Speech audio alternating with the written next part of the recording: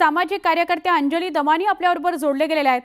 अंजलीताई, 2च दिवसांपूर्वी या सगळ्यांवर किती गंभीर स्वरूपाचे गुन्हे आहेत ते आपण दाखवलं होतं आणि आता आम्ही न्यूज 18 लोकमतवर 29 तारखेचाच हा व्हिडिओ दाखवतोय। 10 तारखेला रात्री 10 वाजता ज्या दिवशी हा म्हणजे गुन्हा दाखल झाला 11:30 वाजताचा व्हिडिओ वाल्मिक कराड पण दिसतोय, काय सांगाल? मला अक्षरशः आत्ताच्या घटनेला माझ्याकडे सुद्धा ते 5 व्हिडिओ आले आहेत। ते बघून इतका धक्का बसलाय की हे चाललंय काय, म्हणजे डोकं सुन्न झालंय माझं की माणसं म्हणजे हा व्यवस्थित प्लॉट होता। आपण जे पुन्हा जी शंका आपल्या मनात होती एक्झॅक्टली ते तसंच आहे।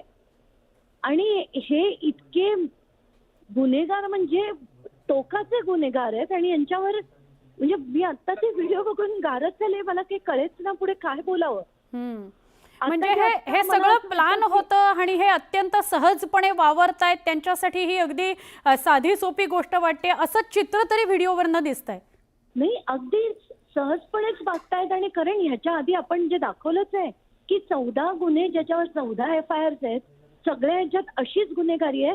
आणि हे तर फक्त 14 झालेले आहेत, असे मला तिकडे बीडला लोक सांगतात की बुडवलं जातं, कोणाला कापून फेकलं जातं, शेतात टाकलं जातं, असे कित्येक गुन्हे त्यांनी केलेत म्हणे। पण ते कधी साबित होत नाहीत कारण त्यांच्यावर FIR सुद्धा होत नाही। आता हे जे आपल्याला दिसतंय बघून अतिशय धक्कादायक वाटलं, अतिशय म्हणजे मी हलून निघाली अक्षरशः। पण अंजलीजी, आतापर्यंत तर खंडणी व्यतिरिक्त वाल्मिक कराडावर काही मकोका किंवा इतर गुन्हा दाखवला पण जात नव्हता, हत्येचा गुन्हा। आता तर यावरनं हे स्पष्ट होतंय की वाल्मिक कराड तिथे उपस्थित पण होता आणि कदाचित या सगळ्या घटनेची तो माहितीही घेत असणार। सरळ त्याचे ते डेफिनेटली याच्यावरनं दिसतच आहे आपल्याला की ही माणसं सगळी त्यांनी मस्त व्यवस्थित बसून कट करून त्याचा खून केलाय। दिस इज ॲब्सोल्युटली हॉरेबल म्हणजे हॉरेबल। मी अक्षरशः मला काय बोलावं सुचत नाही आत्ताच्या घटनेला, इतकी मी हलून निघाली आता।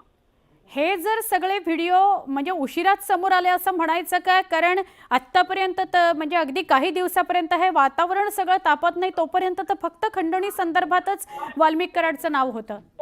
नाही, ते तो मुद्दाम केलेले होते। ते दोन्ही प्रकरण एकच आहेत खरं तर, पण त्याच्यावर हा वेगळा आरोप मुद्दाम टाकला गेला म्हणजे त्याला याच्यातनं बाहेर करता येईल। पण आता जसं आपण म्हणतो ना, खरंच पुढे परमेश्वर आहे, त्याच्यामुळे आज आपल्याला हे प्रूफ देखील मिळालंय की हे सगळं एका मोठ्या कटाचा भाग होता आणि हे सगळं एकत्रपणे मिळवून ठरवून केलेलं कृत्य होतं। अगदी बरोबर आहे। कसा आणि किती परिणामकारक हा व्हिडिओ ठरू शकतो कोर्टाच्या दृष्टिकोनातून? कारण आता तर हे सगळं प्रकरण कोर्टात आहे, त्याच्यावर दोन्ही केसेस चालू आहेत म्हणजे खंडणी आणि हत्या। तर मकोकाच्या अंतर्गत केस सुरू असताना हे सगळे व्हिडिओ जसं तुम्ही म्हणताय की हा आणि व्यतिरिक्तचे काही सामाजिक कार्यकर्ते अंजली दमानी आपल्यासोबत होत्या, त्या म्हणाल्या की घेतलेले हे सगळे व्हिडिओ आहेत हे खूप धक्कादायक आहेत। अंबादास दानवे आपल्याबरोबर जोडले गेलेले आहेत। दानवेजी, हा व्हिडिओ इतका महत्त्वाचा आहे की हा हे स्पष्ट करतोय की विष्णू चाटे आणि वाल्मिक कराड आणि त्या सगळ्या इतर आरोपींचे संबंध होते। ज्या दिवशी 10 वाजता गुन्हा दाखल झाला 11:30चा हा व्हिडिओ आहे, काय सांगाल? संबंध होते, व्हिडिओ आला, हे आताची घटना घडली। पण हे तर सत्य आहे की हे जे आरोपी वाल्मिक कराड हा सुद्धा त्याच्यातलाच मुख्य आरोपी आहे। खरं तर मुख्य आरोपी वाल्मिक कराडच या सगळ्या घटनेतला आहे। कारण ज्या खंडणी प्रकरणात ज्या सगळ्या गोष्टी घडलेल्या आणि त्यांनीच या सगळ्या गोष्टी करायला लावल्या असाव्या, नव्हे लावल्याच, अशा प्रकारचं जनतेचं आणि तिथल्या सगळ्या लोकांचं, देशमुख कुटुंबियांचं मत आहे। सरकारला तर खरं त्या सगळ्या लोकांनी आवाज उठवल्यानंतर 302 मोका सरकार लावतोय, बरोबर। पण याच्यातला मुख्य आरोपी वाल्मिक कराडच आहे। आता व्हिडिओ आला त्याच्यातून तर स्पष्ट होतं, परंतु व्हिडिओच्या आधी सुद्धा हे सगळेच लोक म्हणत होतात, आम्ही सगळे म्हणत होतो की वाल्मिक कराड याच्यातला मुख्य आरोपी। सरकारने आता तरी डोळे उघडावे किमान। पण हा व्हिडिओ, असे व्हिडिओ जे काही समोर आलेत ते किती महत्त्वपूर्ण ठरू शकतात कोर्टामध्ये? ठरवू शकतात. असं कसं? त्याच्या अँगली पोलीस तपास करू शकतात. व्हिडिओ महत्वाचेच असतात. सगळे व्हिडिओ बघूनच तर सगळ्या गोष्टी झालेल्या आहेत. बरोबर. रात्री त्यामुळे 10 व्हिडिओ वाजता काय गुन्हा महत्वाचे? दाखल होतो आणि 11:30च्या दरम्यान हे सगळे एकत्र विष्णू चाटेच्या कार्यालयात भेटतात. वाल्मिक कराड त्याच्यात दिसतोय आणि तीच सगळी लोक जे आरोपी आहेत तीच सगळी लोक त्याच्या आजूबाजूला आहेत आणि ते काहीतरी संवाद साधतायत. खरोखर हे सगळे व्हिडिओ पुढे यायला उशीर झाला? उशीरच झालेला आहे याला कारण पोलीस आहे. कारण त्याच्यात मला असं वाटतं त्या व्हिडिओत पोलीस सुद्धा आहे. आम्ही वारंवार सांगतोय की पोलीस सुद्धा याच्यात सहभागी आहेत तिथल्या स्थानिक पोलीस स्टेशनचे. त्यांना या सगळ्या गोष्टीची माहिती आहे. त्यांना या सगळ्या गोष्टीची माहिती होती आहे. काय होणार काय होतं याच्या आधी त्यांनी या सगळ्या गोष्टी घडलेल्या. संतोष देशमुखचं प्रकरण सगळ्या कार्यकर्त्यामुळे बाहेर आलं एवढंच. नाही तर अशा अनेक घटना घडलेल्या आणि त्यात हीच सगळी गँग आहे. पोलीस आहे, ती वाल्मिक कराडची गँग आहे, स्वतः ते आहेत, त्यांना सपोर्ट करणारे मग आता राज्याचे मंत्री आहेत. हे सगळ्या गोष्टी दानवेजी, आपण बघितलं होतं की धनंजय देशमुखांनी टोकाचं पाऊल उचलेपर्यंत वेगवान घडामोडी घडल्या नाहीत. फक्त खंडणी अंतर्गतच वाल्मिक कराडवर केस चालू होती, पण नंतर मात्र गोष्टी बदलल्या. हे सुद्धा एक जाणीवपूर्वक उशीर केला असा आरोप देशमुख कुटुंब करत आहे. खरोखर आहे ना. आरोप काय चुकीचा? ही सत्यता आहे. आरोप काय? ही सत्यता ते मांडतात. आरोप नाही करत आहे ते, सत्यता मांडतायत ते.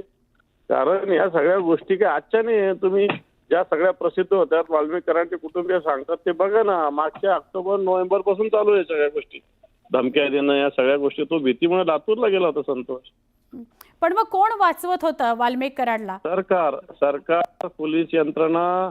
सरकार म्हणजे आता सरकारपर्यंत हा आवाज पोहोचला नसेल, पण स्थानिक मंत्री जे होते, राजकीय सगळं आताचे सत्ताधारी पक्षाची सगळी मंडळी त्यांना वाचवतात होते. नक्की.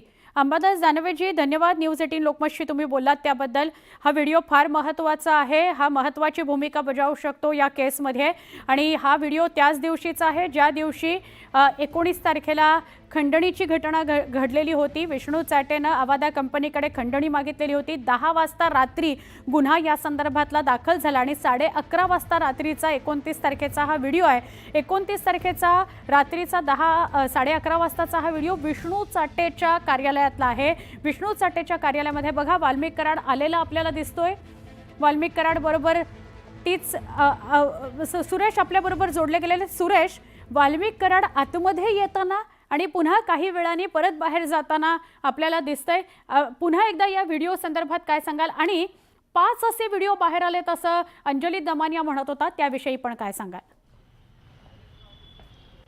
सुवर्णा, अत्यंत महत्त्वाचा हा व्हिडिओ आहे आणि मी परत एकदा करेक्ट करतो की हा जो व्हिडिओ आहे हा 29 तारखेचा सकाळचा व्हिडिओ आहे आणि 29 तारखेला 10 वाजता, सकाळी 10 वाजता जे शिंदे नावाचे जे व्यवस्थापक आहेत आवादा कंपनीचे, यांना 10 वाजता वाल्मिक कराड यांनी विष्णू चाटे याच्या मोबाईलवरून खंडणी मागितली होती असं गुन्ह्यामध्ये दाखल आहे. आणि त्याच वेळेसचा जो व्हिडिओ आहे तो विष्णू चाटे याच्या कार्यालयामध्ये हजर असताना वाल्मिक कराडचा व्हिडिओ यातून हा स्पष्ट होतोय. आणि हा जो व्हिडिओ आहे तो विष्णू चाटेच्या कार्यालयाच्या शेजारी असलेलं एक हॉटेल आहे, त्या हॉटेलमधला हा व्हिडिओ आहे. विशेष म्हणजे आतमध्ये आणि बाहेर जात असताना ते जे CCTV फुटेज मध्ये वाल्मिक कराड दिसत आहेत, त्याच्याबरोबर इतरचे जे काही जे सुदर्शन घुले आहे, विष्णू चाटे आणि इतर जे आरोपी आहेत ते देखील याच्यामध्ये दिसत आहेत. म्हणजे हा अत्यंत महत्त्वाचा आहे का ते ज्या कार्यालयामध्ये बसून खंडणीसाठी फोन केला होता आणि तो विष्णू चाटेंच्या फोनवरून केला होता आणि वाल्मिक कराड तुमच्याशी बोलणार आहेत अशा पद्धतीची जी गोष्ट आहे ती FRI मध्ये नमूद करण्यात आली. त्या गुन्हा जी प्रत आहे 29 तारखेला जी खंडणीचा प्रकार झाला होता त्या संदर्भामध्ये 11 तारखेला गुन्हा दाखल करण्यात आला. ही संतोष देशमुख हत्या प्रकरणाची घटना घडल्यानंतर या प्रकरणामध्ये गुन्हा दाखल करण्यात आला होता हे देखील प्रेक्षकाला सांगायचं आहे. त्यामुळे हा जो व्हिडिओ आहे ज्या दिवशी वाल्मिक कराड यांनी आवादा कंपनीकडे 2 कोटी रुपयाची खंडणी मागितल्याचा तक्रारीमध्ये उल्लेख आहे त्या दिवशीचा व्हिडिओ आहे. सकाळी 10 वाजता ते फोन केला असा देखील उल्लेख आहे. 11 सव्वा 11च्या दरम्यानचा वाल्मिक कराड त्या कार्यालयामधून येताना बाहेर जाताना आणि केजमध्ये त्या ठिकाणी होते हे देखील या व्हिडिओच्या माध्यमातून दिसते. त्यामुळे एकंदरीतच या संपूर्ण प्रकरणामध्ये हा जो व्हिडिओ आहे हा अत्यंत महत्त्वाचा पुरावा समजला जाणार आहे.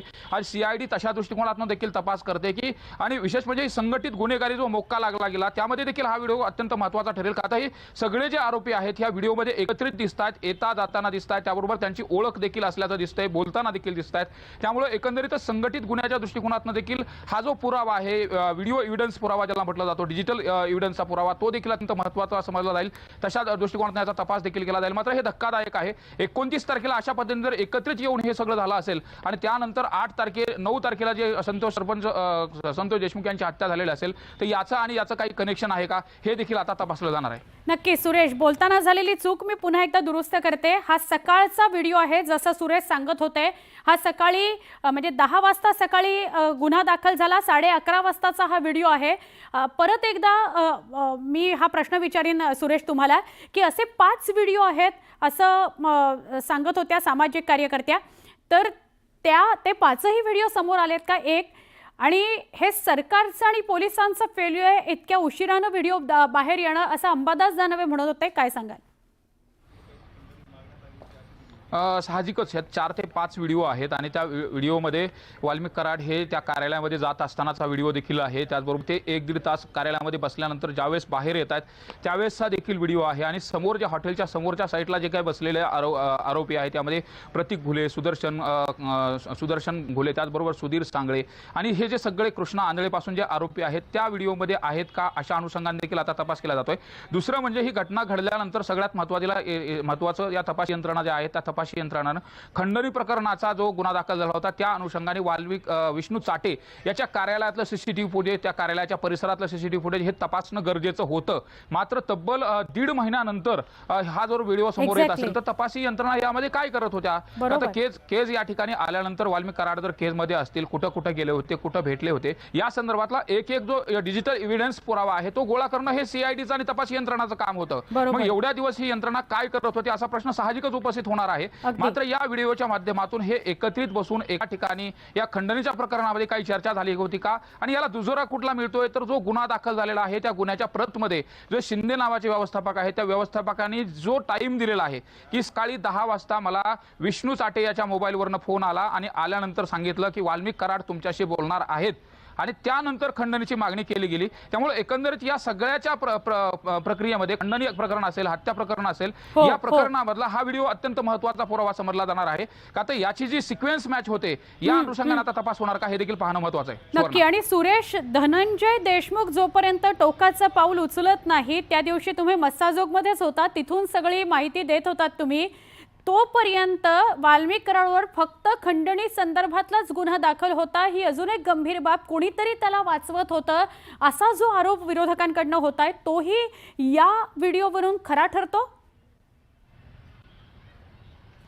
तपासी यंत्रणांना या संदर्भात ज्यावेळेस विचारलं गेलं, तपासी यंत्रणांचं म्हणणं होतं की खंडणी प्रकरणामध्ये वाल्मिक कराड यांना MCR झाल्याशिवाय आम्हाला हत्येच्या प्रकरणामध्ये त्यांना ताब्यात घेण्याच्या अनुषंगाने आम्ही बी प्लॅन तयार केलेला नव्हता, अशा पद्धतीचं तपासी यंत्रणांनी अनऑफिशियली सांगितलं. मात्र जी प्रक्रिया आहे कायदेशीर प्रक्रिया, ती कायदेशीर प्रक्रिया पार पडत असताना पोलीस कुठेतरी अपयशी झालेत का असं जो संशय येतो आणि अशा पद्धतीनं त्याला बोट ठेवता येतं, अशा पद्धतीचा वेळ कुठेतरी यामध्ये आपल्याला पाहायला मिळतो. का तर हे जे डिजिटल एव्हिडन्स आहेत आणि हे सगळे पुरावे जे आहेत ते CID आणि तपासी यंत्रणांना गोळा करायला पाहिजे होते.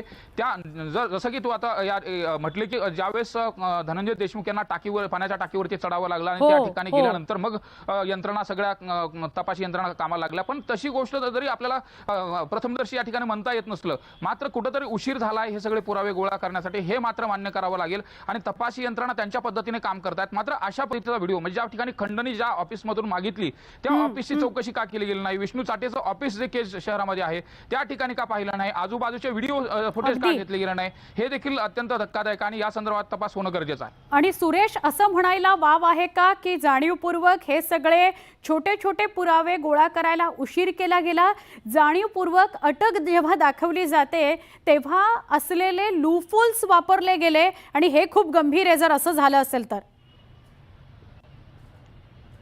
यामध्ये सुरेश धस पासून अनेक नेत्यांनी देखील सांगत असताना काही गोष्टी सांगितल्या होत्या की जे बीडचं पोलीस यंत्रणा आहे या पोलीस यंत्रणामध्ये आकाचं बरंच काही चालतं असा जो काही आरोप केलेला होता, तर त्या अनुषंगाने जे तपासी अधिकारी होते, तपासी अधिकाऱ्यापासून सगळे जे काही होते, तर या प्रकरणामध्ये वाल्मिक कराड यांना वाचवण्यासाठी प्रयत्न केला जात होता का, हे देखील त्यामध्ये शंका जी आहे ती अनेकांनी उपस्थित केलेली होती. जसं की आता विरोधी पक्षनेते त्यांनी देखील उपस्थित केली, अंजली दमानिया यांनी देखील उपस्थित केली होती.